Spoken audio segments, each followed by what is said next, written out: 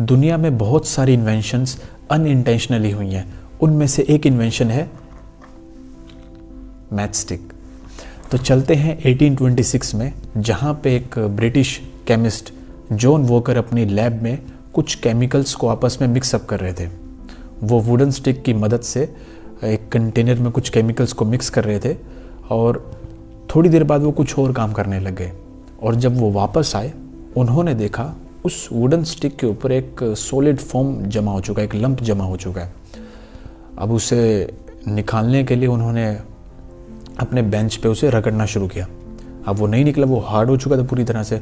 उन्होंने उसे ज़ोर से रगड़ना शुरू किया और जैसे ही रगड़ा तो फ्रिक्शन के कारण वहाँ पे फायर हो गई और ऐसे मैच स्टिक की इन्वेंशन हुई। अगले ही साल 1827 में उन्होंने फ्रिक्शन लाइट्स के नाम से 50 स्टिक्स का एक बंडल बुक स्टोर में बेचा। उसके बाद थोड़े दिनों तक उन्होंने बेचा, फिर उन्होंने छोड़ दिया।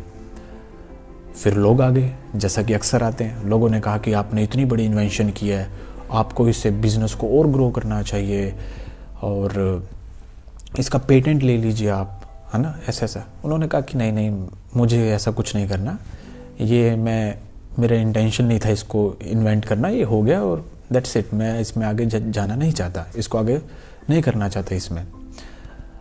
तो लोगों ने बहुत समझाया कि आप क्या कर रहे हैं, आपके पास इतनी अच्छी अपॉर्चुनिटी, ऐसे ऐसे। उन्होंने कहा नहीं नहीं, मुझे नहीं करना। उसके बाद सैमुअल जोन्स ने उनका आइडिया कॉपी किया और लूसीफर्स के नाम से वो मैच स्टिक में कुछ अपग्रेडेशन करके उसे बेचना शुरू कर दिया। उसके बाद तो फर्दर बहुत सारी अपग्रेडेशन होती रही। तो मेन बात यह है कि हमें उनकी लाइफ से क्या सीखने को मिलता है। तो जॉन वॉकर जी एक बहुत ही सिंपल लाइफ जीने वाले इंसान थे और जैसा कि हमारे साथ होता है कि हम कुछ भी एक छोटी सी चीज़ कर देते तो उसको इतना बड़ा करके दिखाते हैं, अरे मैंने ये कर दिया, मैंने वो कर दिया, मैं ये बन गया, मैं ये हो गया।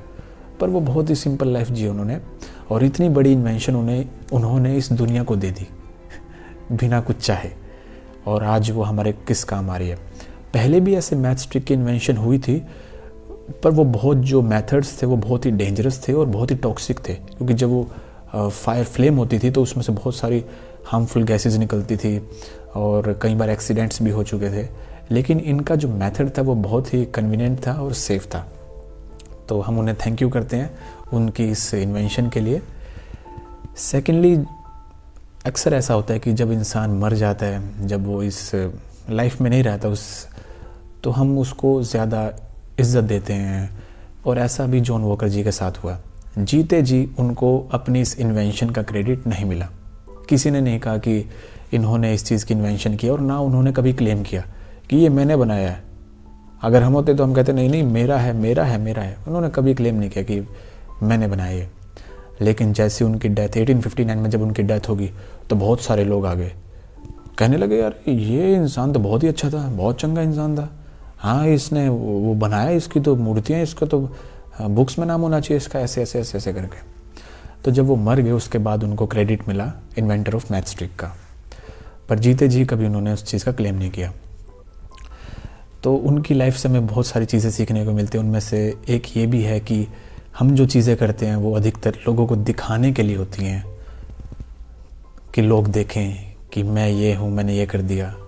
पर उन्होंने कभी ऐसा सोचा नहीं था और ना कभी ऐसा किया, और वो सिंपल लाइफ जिए और खुश रहे, आबाद रहे।